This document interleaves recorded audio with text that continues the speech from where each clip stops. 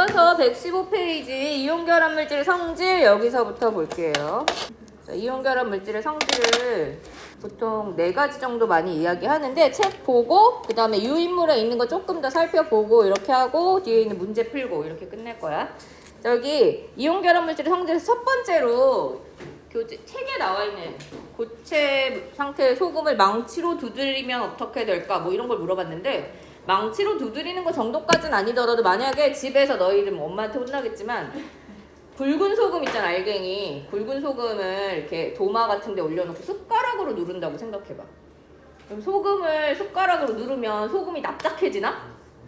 그러지 않을 거라는 건 너네가 잘 알았지? 그걸 여기서처럼 망치로 두들기면 당연히 가루가 되겠지? 그래서 굵은 소금 같은 애들 망치로 두들기면 가루가 되는데 그게 이 이온결합물질의 성질과 연관이 있다는 거야. 그래서 여기 고체 상태의 소금을 망치로 두들기면 어떻게 될까? 어떻게 되냐면 가루로 부스러진다. 부스러지는 성질이 존재하게 돼요. 왜 그러냐? 이렇게 되는 이유는 얘네가 이온결합으로 형성되는 애들이기 때문에 그런 거야. 그래서 이해가 될지 모르겠지만 이렇게 생긴 결정, 이게 사실 이온결합 물질은 이온들이 번갈아 가면서 플러스 마이너스가 쭉 교차되어서 거대한 덩어리를 형성할 거거든. 근데 망치로 때린다는 거는 힘을 가하는 거잖아. 근데 힘이 주어지는 부분, 예를 들어 선생님이 여기 망치로 요 라인을 망치로 때려, 망치로 강하게 때리면 요 라인이 밀려서 내려가게 된단 말이야. 그래서 내가 힘을 가하는 부분이 밀려서 내려가게 되는데 지금 다른 전기를 띠는 애들끼리 나란히 있다가 얘가 한 줄 밀려 내려가면 빨간색 옆에 빨간색이 존재하게 되겠지. 같은 전기를 띠는 애가 옆으로 딱 오게 된단 말이야. 원래 다른 전기를 띠는 애들이 배치되어 있기 때문에 인력이 작용하고 있었는데 배열이 흐트러지면 같은 전기를 띠는 애들이 옆으로 올 수 있어. 그럼 그 사이에 무슨力이 작용해?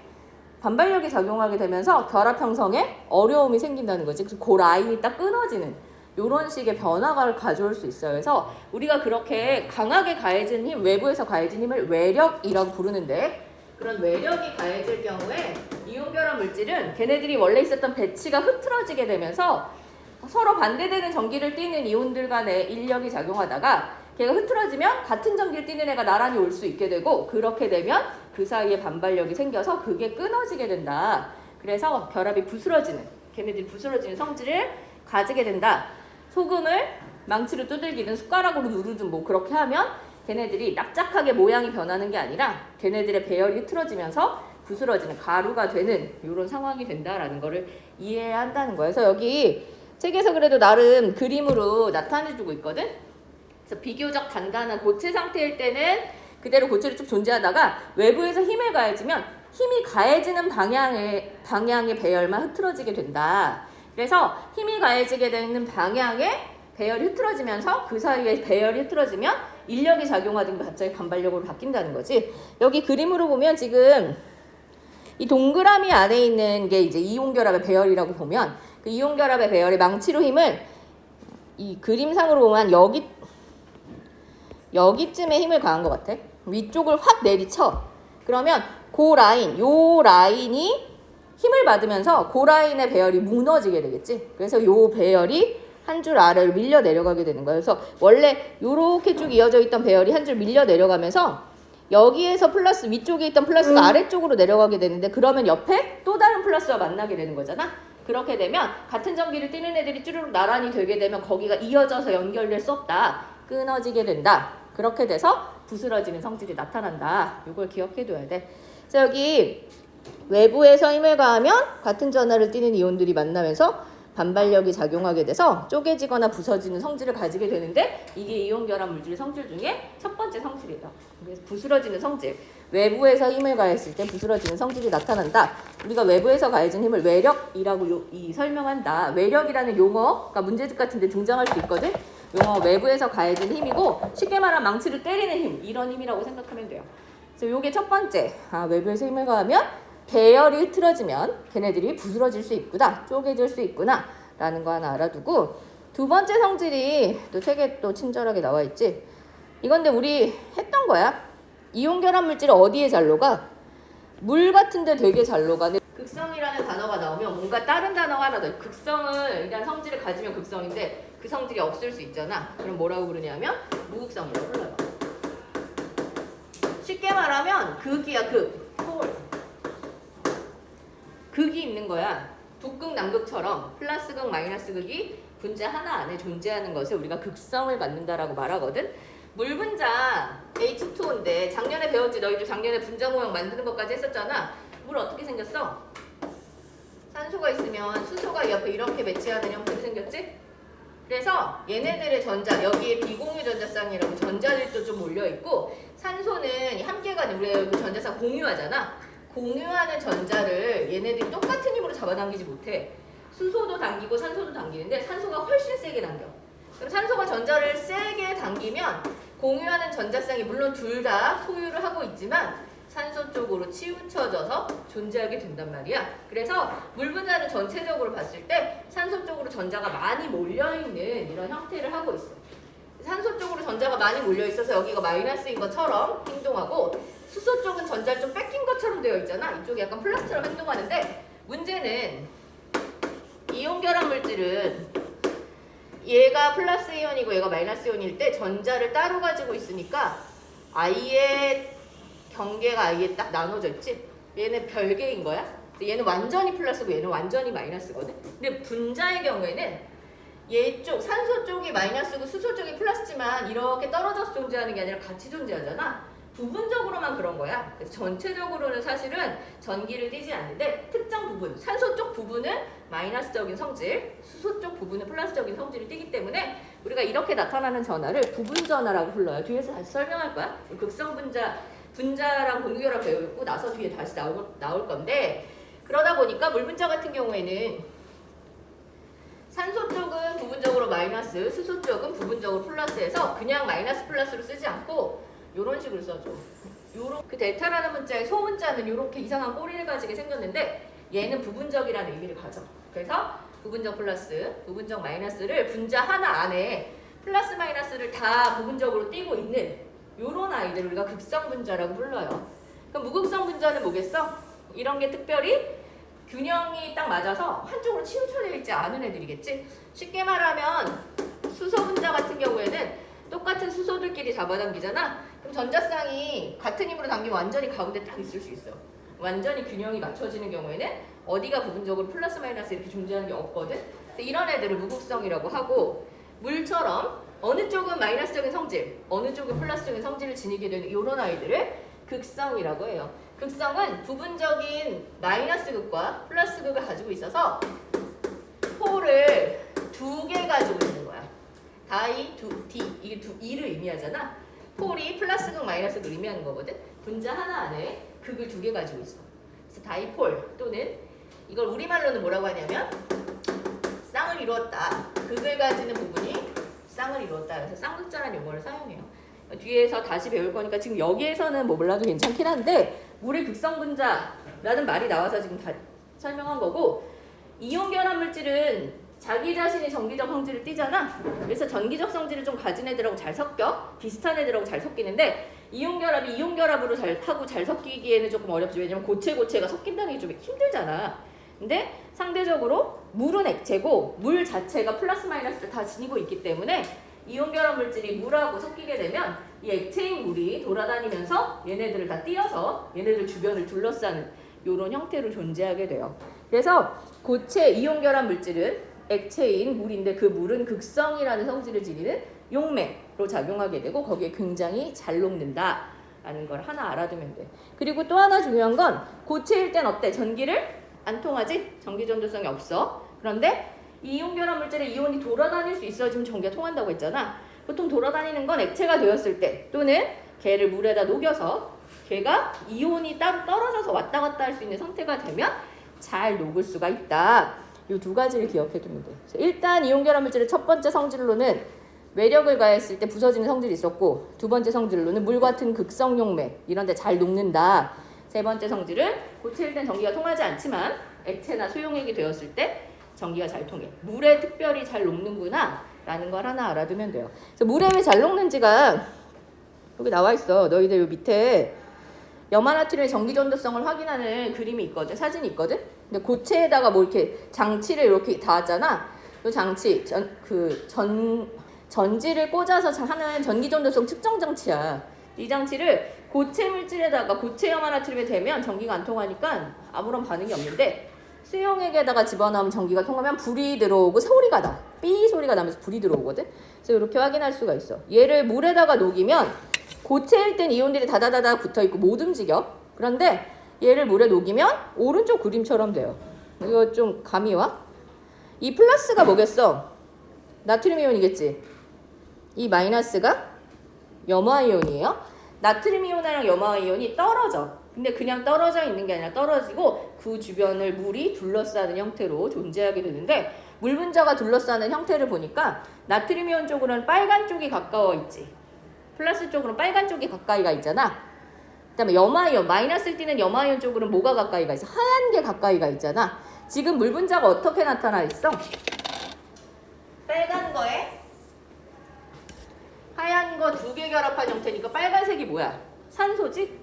하얀색이 수소예요. 이렇게 되어 있는 그림이잖아. 근데 빨간색이 가까이 있다는 건 산소가 가까이 갔는데 아까 산소는 부분적으로 무슨 전기를 띄어? 마이너스 전기를 띄지. 나트륨은 플러스 이온이잖아. 플러스를 띄는 애 옆에는 누가 가까이 가야 돼? 마이너스를 띄는 애가 가까이 가야 되기 때문에 물이 둘러쌀 때 플러스를 띄는 양이온은 마이너스를 띄는 산소 쪽이 가까이 가서 배치가 되고 반대로 음이온, 마이너스를 띄는 음이온은 플러스를 띄는 애가 가까이 가야 되니까 수소가 가까이 가는 쪽으로 물 분자가 배치가 되면서 둘러싸는 이런 형태로 녹여주게 된다. 용해가 된다. 이걸 기억해두면 돼요.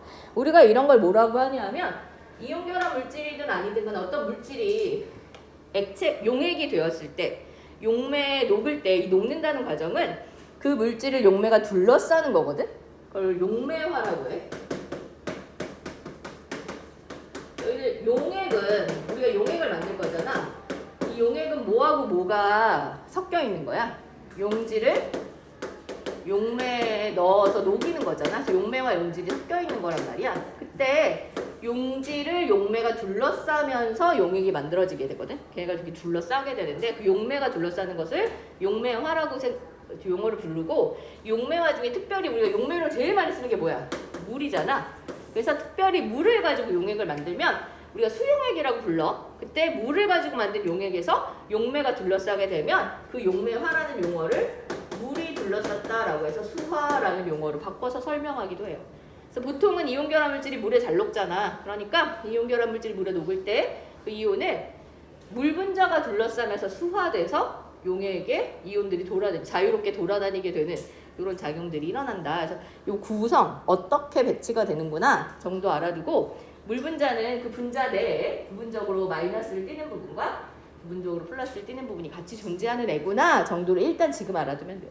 그 다음에 요게 다가 아니라 이제 이 마지막 성질 자료 해석에 나와 있는 마지막 성질이 있는데 여기 보니까 이온 결합 물질 여러 가지를 주고 이온 사이의 거리랑 녹는 점이 어떻게 되는지를 비교하는 게 나와 있어.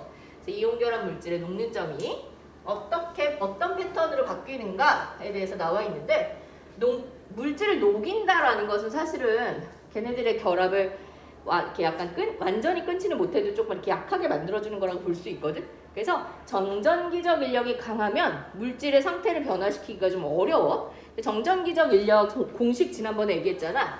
우리가 정전기적 인력을 F라고 쓸 건데 얘는 크게 두 가지 영향을 받아요. 그래서 이온 사이의 거리의 제곱에 반비례하고 이온이 가지는 전하량의 곱에 비례하는, 물론 이거는 플러스 마이너스니까 절대값을 붙여서 이야기하기도 하지만 약간 이런 식의 성질이 있단 말이야. 그래서 F, 정전기적 인력이 크면 클수록 걔네들의 상태 변화가 어려워. 상태 변화가 어려우면 에너지를 많이 줘야 되겠지? 그런 애들의 녹는 점이 높아지는 거야.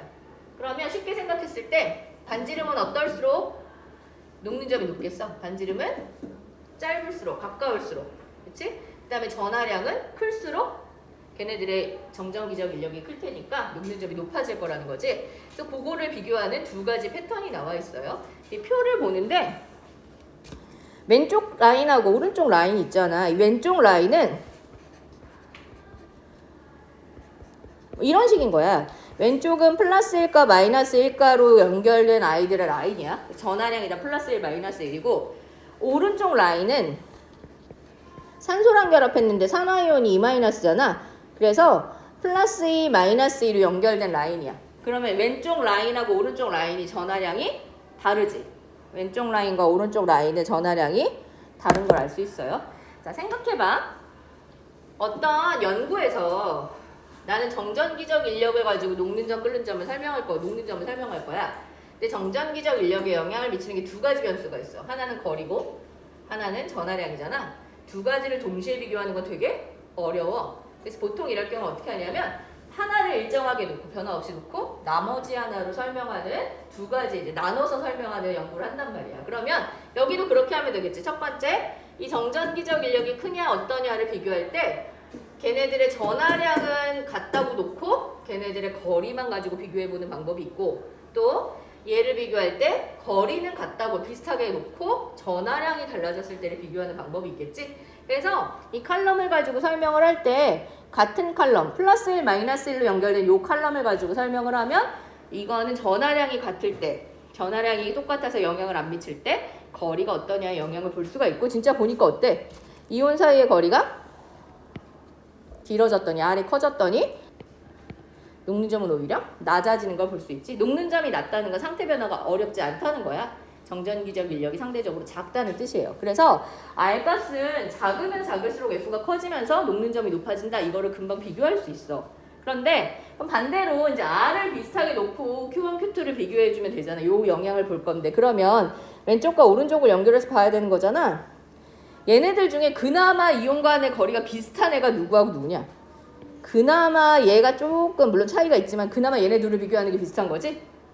그러면 NaF랑 CaO랑 요걸 비교했을 때 이온 간의 거리에 큰 차이가 없을 때 전하량이 얘는 플러스 1 마이너스 1이고 얘는 플러스 2 마이너스 2야. 전하량 이쪽이 더 크지? 그랬더니 끓는 점이 어떻게 돼? 엄청 커졌어. 다시 말해 전하량이 크면 클수록 정전기적 인력이 크다라고 설명할 수 있겠지? 그래서 이걸 두 가지로 다 설명하면 결국은 우리 공식 그 비례적인 관계에서 봤듯이 정전기적 인력이 크면 녹는 점이 높아질 건데 이온 간의 거리는 가까울수록 그 값이 커지고 전하량은 커질수록 그 값이 커져요. 이 두 개를 동시 비교는 사실 쉽지 않지만 대충 값을 보니까 뭐가 영향을 더 많이 미치는 것 같아? 이렇게 볼 수 있지. 여기랑 비교해 볼 수 있잖아. 맞아? 첫 번째 NaF랑 마지막에 SRO 산화스트론튬을 비교해요. 그러면 이온 사이의 거리는 사실 얘가 훨씬 크잖아. SRO의 이온 사이의 거리가 훨씬 멀어. 그럼 일단은 이온 사이의 거리는 크면 클수록 F가 작아지는 게 맞지만 전하량은 SRO가 훨씬 크지. 전하량의 크기가 큰 애가 결국은 녹는 점이 높아지는 거야. 정전기적 인력에 이온 사이의 거리랑 전하량의 영향을 동시 비교는 어렵지만 그래도 둘 중에 뭐가 좀 더 큰 영향을 미치냐면 전하량의 크기가 큰 게 좀 더 큰 영향을 미친다라고 이야기해 줄 수 있어요. 물론 그렇게 잘 묻지 않아. 예외적인 케이스들이 존재하기 때문에 잘 묻지 않지만 그래도 그 거리가 많이 차이가 나지 않으면 전하량이 큰 애들이 훨씬 정전기적 인력이 커지면서 녹는 점이 높아진다. 그런 것들을 비교해 볼 수 있다는 거지. 그래서 밑에 1, 2번은 여기 밑에 있는 문제는 하나씩 비교하는 형태로 나와 있어. 양이온과 음이온의 전하량 크기가 같을 때 이온 결합 물질을 녹는 점은 이온 사이의 거리에 따라 어떻게 달라지는가? 어떻게 달라져? 지금 양이온과 음이온의 전하량의 크기가 같을 때면 우리가 뭐를 비교하면 돼? 같은 칼럼, 같은 세로줄을 비교해주면 되지.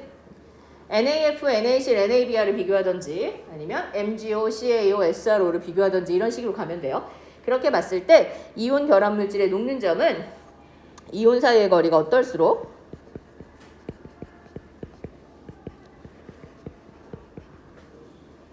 가까울수록 녹는 점이 어떻게 된다? 높다. 이렇게 이야기할 수 있다. 이거는 이제 데이터 정리하는 거니까 이렇게 이야기할 수 있어. 니네 보여? 화면? 선생님이 화면을 쓰면 화면이 보이나?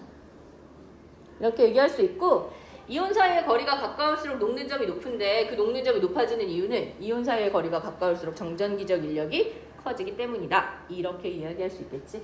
이 제곱의 반비례하는 관계다. 이걸 기억해 두면 되고, 그 다음에 그 밑에 NaF, 플로린화 나트륨이랑 CaO, 산화칼슘을 비교했는데 이온 사이의 거리는 좀 비슷해요. 그런데 녹는 점 차이가 엄청 크잖아. 그 이유가 뭐야? 이온의 뭐가 클수록? 전하량이 클수록 녹는 점이 높기 때문이지. 그리고 그렇게 될수록 녹는 점이 높은 이유는 이온의 전하량이 클수록 정전기적 인력이 크기 때문에, 커지기 때문에 그렇다. 그래서 이렇게 비교해서 설명할 수 있어요. 지금 선생님이 이온 결합 물질의 성질이라고 말할 걸 4가지 이야기했어. 4가지. 첫 번째가 뭐였어? 외부에서 힘을 가하면, 외력을 가하면 부스러지거나 쪼개지는 성질이 있다. 왜? 배열이 흐트러지면 인력이었다가 갑자기 청력이 생길 수 있는, 반발력이 생길 수도 있기 때문에 같은 전기를 띠는 이온들이 가까이 오게 될 수 있으면 반발력이 생겨서 부스러질 수 있다. 그 다음에 이온 결합 물질은 극성을 띠는 물 분자, 물에 굉장히 잘 녹는, 물이라는 용매에 굉장히 잘 녹는데 녹는 걸로 끝나는 게 아니라 얘네들은 고체일 때 이온이 움직이지 못하면 전기를 통하지 않지만 이온이 움직일 수 있으면 전기가 통해져. 근데 이온이 움직일 수 있는 게 2가지였어. 액체로 만들어주거나, 우리 용융액 가지고 실험하는 거 있었잖아. 그러거나 물에 녹여서 용액으로 만들어서 이온이 움직일 수 있게 해주면 전기가 통한다. 고체는 전기가 통하지 않지만 액체나 수용액은 전기가 통한다 얘기했었고, 특별히 그렇게 돼서 이온이 돌아다니게 된다는 거는 이온이 물에 녹으면 떨어져서 그 주변을 물 분자가 둘러싸게 된다고 했었지. 근데 물 같은 경우에는 부분적인 플러스와 부분적인 마이너스를 다 가지고 있으니까 어떤 이온하고든 인력을 다 형성하게 배치할 수 있지. 그래서 그게 가능하다라고 했었고, 세 번째로 얘네들의 녹는 점 같은 걸 이야기할 수 있는데 그 녹는 점은 결국 정전기적 인력이 얼마나 세냐에 영향을 받는 거야. 그래서 정전기적 인력이 세면 녹는 점이 높은데 그 녹는 점이 높은 아이들은 보통 어떠냐? 이온 사이의 거리는 가깝고 그 다음에 또는 전하량은 클수록 정전기적 인력이 커지면서 녹는 점이 높아진다. 이렇게 얘기했었지. 또 비교해서 같이 기억해 두면 돼요. 이 위에 있는 표로 설명하는 게 이온 결합 물질을 양이온과 음이온의 정전기적 인력으로 결합하게 되어서 원래 이온 결합 물질 자체가 녹는 점 끓는 점이 높은 편이야.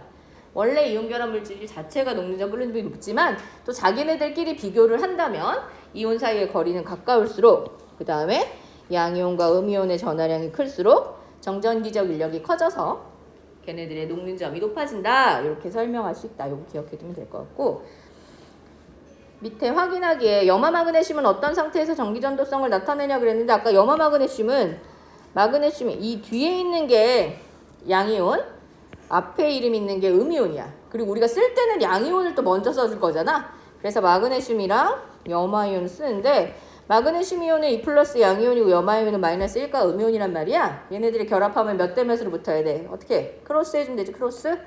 그래서 결국 붙으면 얘 하나랑 얘 2개 요렇게 붙어야 되겠지?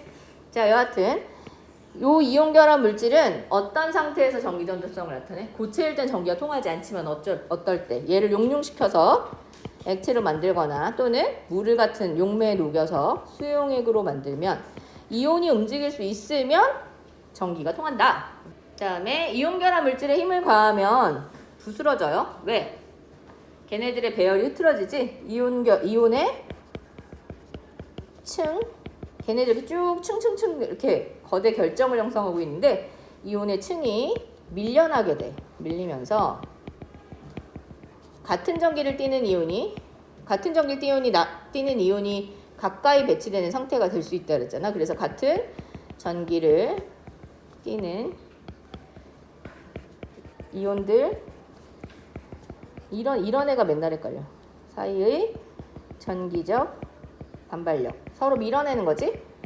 반발력이 작용하기 때문에 그래요. 배열이 흐트러지면 결합 인력이 작용하던 아이들이 반발력이 작용하는 배열로 바뀌어버릴 수 있다는 거야. 밀려버리면 결합이 끊어진다. 그래서 부스러지는 성질이 있다. 이렇게 기억해두면 되고, 자, 첫 번째 위에 개념 정리 볼게요. 원자가 이온이 되어 안정한 전자 배치를 이루려는 규칙이라고 했는데 사실 이렇게 설명하기보다는 원자가 비활성 기체의 전자 배치를 따라가려고 하는 규칙이라는 게 사실은 더 맞아. 그렇게 되려면 어떻게 가장 바깥쪽 껍질의 전자를 8개 가지려고 하잖아. 근데 우리가 그런 걸 뭐라고 해요? 옥텟 규칙이라고 부른다 했었지.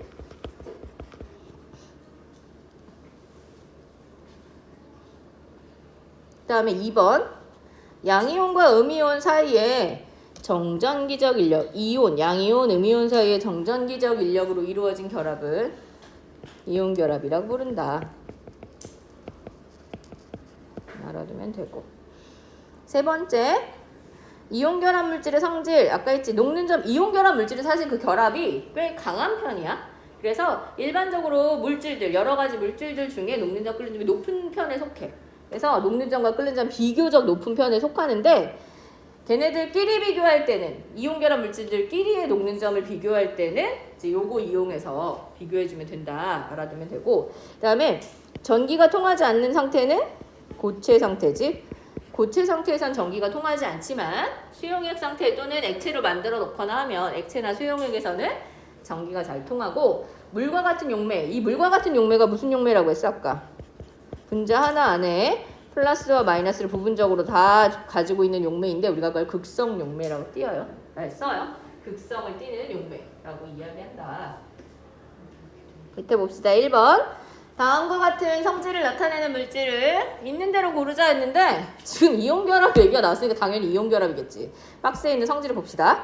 힘을 가하면 부스러진다. 아까 이온결합 물질은 외력, 힘을 가하면 배열이 흐트러지면서 그 사이에 청력이 생기게 되면, 반발력이 생기게 되면 부스러진다고 했잖아. 그 다음에 극성용매에 잘 용해되고, 고체에선 전기를 통하지 않지만 액체가 되면 전기를 통하는 요런 성질을 가지는 아이들은 결국 이온결합 물질을 찾으라는 얘기였어. 이온결합 물질은 양이온과 음이온이 결합하는 거긴 하지만 그 양이온과 음이온은 결국 누구와 누가 만나서 생성되는 거야? 금속과 비금속이 만나서 생성되는 거잖아. 그래서 금속과 비금속이 결합해 있는 형태를 찾아주면 돼요. 얘는 그냥 뭐야? 혼자 있는 금속이지? 얘는 그냥 비금속이지? 그래서 얘는 금속 결합, 얘는 공유 결합으로 형성된 애 거고, 그 다음에 너희 이거 기억나지? CH4 탄소랑 수소가 결합했는데 둘 다 뭐야? 둘 다 비금속이잖아. 그래서 얘도 공유 결합으로 형성된 애 거란 말이야. 나머지 1사를 보니까 1번에 KI 칼륨이랑 4번에 나트륨 이런 애들 1쪽에 해당해요. 1쪽은 알칼리 금속이라고 분리되는 금속이잖아. 그 다음에 아이오딘이랑 염소 이런 애들은 17쪽이지? 비금속. 지금 1번과 4번은 금속과 비금속이 결합한 형태고, 이런 아이들이 무슨 결합 물질이야? 이온 결합 물질이다. 이렇게 이야기할 수 있지. 그래서 1, 4번이 다 맞네. 그 다음에 2번. 다음은 이온 결합 물질을 설명한 것이다. 옳지 않은 것 고치면 돼. 이온 결합 물질은 명확히 몇 개씩 붙어있는지 셀 수가 없다고 했지. 명확히 몇 개씩 붙어있는지 셀 수 있어야 분자인 거야. 근데 몇 개씩이 기준인지 모르겠어. 그래서 분자 상태로 존재한다고 말할 수가 없어요. 분자 상태로 존재하지 않는다라고 해야겠지. 굳이 고친다면. 그 다음에 2번에 고체 상태와 액체 상태에서 모두가 아니라 고체에선 전기 전도성이 없어. 그래서 고체 상태랑 액체 상태랑 이 액체라고 하고 액체 상태와 이 액체는 용융시키는 걸 액체라고 하는 거야. 그 다음에 우리 또 어떻게 해도 돼? 수용액 상태. 이 두 가지 상태에서 전기 전도성을 나타내지. 그래서 액체 상태와 수용액 상태 모두 전기 전도성을 나타낸다. 모두라는 말이 조금 찜찜하긴 한데. 3번. 비교적 녹는 점이 높아요. 그래서 녹는 점이 높으면 실온에서 무슨 상태로 존재해? 고체 상태로 존재해. 염화칼슘은 제설제로 사용되는데 염화칼슘을 이루는 칼슘과 염소 원자의 전자 배치가 다음과 같을 때 두 원소가 각각 어떤 이온의 전자 배치를 이루며 이건 뭐 쉽지 뭐. 지금 원래 칼슘도 보니까 원자과 전자가 몇 개예요? 2개야. 그래서 이 2개를 어떻게 하겠어? 내보내겠지. 내보내서 누구한테 줘? 얘한테 줄 거 아니야. 그럼 얘는 일단 전자 2개를 다 내보내야 비활성 기체의 전자 배치가 되면서 칼슘 양이온이 될 거야. 그러면 전자 2개를 내보내면 얘는 지금 20개의 전자를 가지고 있는데 2개 내보내면 18개만 남잖아. 누구의 전자 배치가 똑같아지는 거야? 아르곤의 전자 배치를 따라가게 되겠지. 그 다음에 염소는 빈자리가 하나예요. 그래서 이 칼슘이 주는 2개의 전자를 혼자 다 받을 수 없지. 그래서 염소는 하나당 전자를 몇 개씩 받아? 하나씩 받아서 염화이온 몇 개 필요해? 2개 필요하지. 그래서 여기 보니까 염화칼슘은 칼슘이온 하나랑 염화이온 2개가 결합하는 이런 형태가 될 거고, 염화이온 하나로 치면 일단 CAl- 형태가 될 건데 그런 애가 2개 생기겠지? 이렇게 되는 거 알 수 있어. 그리고 너희들 알겠지만 염화이온은 원래 17개의 전자를 가지고 있었는데 전자 하나 받았어? 그럼 얘도 역시 누구의 전자 배치랑 똑같아지는 거야? 아르곤의 전자 배치랑 똑같아지면서 화학 결합을 하게 돼요. 제설제의 원리가 뭐야? 제설제의 원리. 왜 겨울에 눈이 오면 저런 제설제를 왜 뿌리는 거야? 뭐 하라고? 얼지 말라고 뿌리는 거잖아. 얼지 말라고 뿌린다는 건 거꾸로 생각하면 얼기 전에 녹아버리라고 뿌리는 거지. 그렇게 하는 이유가 뭐냐면 걔네들은 얼음이나 그러니까 눈이 내린다고 치면 눈은 사실 물이잖아, 물. 그러면 눈이 내렸어. 그럼 눈은 0도에서 녹는 점이 0도고 끓는 점이 100도니까 0도부터 얼기 시작하잖아. 눈이 내려서 쌓여있으면 0도부터 얼기 시작하는데 얘들 영하 한 3도, 5도 뭐 이렇게 영하로 온도가 내려가. 그러면 바닥이 바로 얼어버리겠지. 얼지 않게 하려면 녹는 점이 어떻게 돼야 돼? 녹아버리게 하려면 지금이 영하 3도씨야. 그러면 그냥 물이면 영하 3도가 여기 있으니까 얼어버리겠지. 근데 얘가 얼지 않게 하려면 이 녹는 점을 더 내려주면 되는 거잖아. 맞아? 녹는 점이 내려가게 하면 안 얼게 할 수 있어. 그런데 그렇게 하려면 혼합물을 만들어주면 돼. 용액을 만들면 녹는 점은 내려가고 끓는 점은 높아진 이런 성향을 가져요. 그래서 제설제를 뿌리면 물만 있는, 물이 얼음, 이렇게 눈으로 내린 물만 있는 게 아니라 성분 안에 다른 게 들어가지? 용액이 되지? 그러면서 걔네들의 녹는 점이 0도보다 낮아지게 돼. 그래서 얼지 않고 녹아있는 상태를 유지할 수 있게 된다. 그래서 요런 용도로 사용하게 돼요. 이 뭐